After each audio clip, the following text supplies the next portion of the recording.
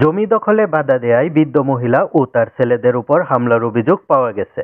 অভিযোগে বলা হয়েছে, বাদীর দখলে থাকা 50 শতক জমি তাদের প্রতিবেশী শামসুল ড্রাইভারের ছেলে মোহাম্মদ সেলিম গংরা খুঁটি পুঁতে দখলের চেষ্টা করলে বাদীরা বাধা দেয়ায় অকথ্য ভাষায় গালিগালাজ এবং দেশীয় অস্ত্রশস্ত্র দিয়ে পূর্ব পরিকল্পনা মাফিক হামলা করে। এতে রুকিয়া বেগম এবং তার 2 ছেলে গুরুতর জখম সহ আহত হন। তাদের আত্মচিৎকারে আশেপাশের লোকজন এসে উদ্ধার করে কালিয়াকুর উপজেলা স্বাস্থ্য কমপ্লেক্সে ভর্তি করলে তারা এখন চিকিৎসাধীন আছেন। বৃহস্পতিবার গাজীপুর জেলার কালিয়াকুর উপজেলার কুতুবদিয়া এলাকার এ ঘটনায় অভিযোগ দায়ের করেন বৃদ্ধ মহিলার ছেলে আশরাফুল ইসলাম। জমিতে নাকি ফুটা কাটছে, আমি আর আমার আম্মাই, তারপর আমার বড় ভাই গেছে। আমরা বাড়ি আসার পথে রাস্তার মধ্যে আসছি মতো ওরা এলোপাতা দিই নুরজামাল, শামসুল, তারপর নুরজামালের মেয়ের জামাই, মেয়ের বউ, ওরা এলোপাথারে আমার মারে, আমার ভাইরে মারার জন্য আক্রমণ করছে। আমার আম্মাকে, আমার ভাইকে, আমাকে বিভিন্নভাবে সে আমাকে মারধর করেছে।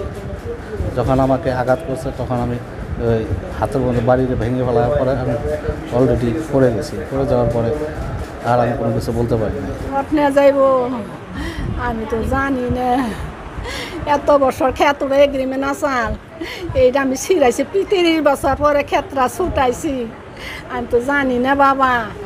তাই পোলা সব ছুটি আরো সব জায়গায় পড়তে থাকছে, কাজের ডরে যায় না, মারামারির ডরে যায় না। বাবার কইছি কি বাবার থেকে মারামারি করে না, এই মেম্বার জানে, মেম্বার সবই জানে, মেম্বার সব জানে, যাইবার দিই না খেতে করলাই যাবে ওই ক্ষেত্রায় যে 30 বছর পরে ছুটাইছে, 1.5 লক্ষ টাকা এগ্রিমেন্ট আসা ছুটিয়ে যে এবার ক্ষেত করছে।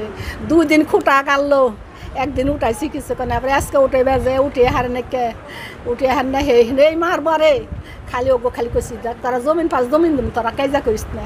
ওগো ফিরিয়ে নই আসি সেই নুরজামালের রাস্তায় খালি কইল যে চুপ মারে জমি খাওয়াইয়া দে, এই কথা কওয়ানোর সাথে সাইফুল রেখে মাথায় বাদ এত বড় খাইটাতে মাথায় বাদ দেবে এইরা হালাইব, সেটা ফিরাইছে তারপর রড নিয়ে যে সমানে খালি গরুর মতন বেড়ানি। হ্যাঁ কি রড, এত বড় রড। যখন আদালতে যায় তখন তো এখানে মেম্বার, চেয়ারম্যান, পরিষদের কোনো কিছু থাকে না। হ্যাঁ, আমরা তো কি শান্তি শৃঙ্খলা বজায় রাখার জন্য বলছি, আদালত থেকে যে যেটা পাইবে সেভাবে বন্টন করে নেবে। এখানে কিন্তু কেউ মারামারি করতে পারবে না। হ্যাঁ, আজকে যে ঘটনাটা ঘটছে এটা দুঃখজনক।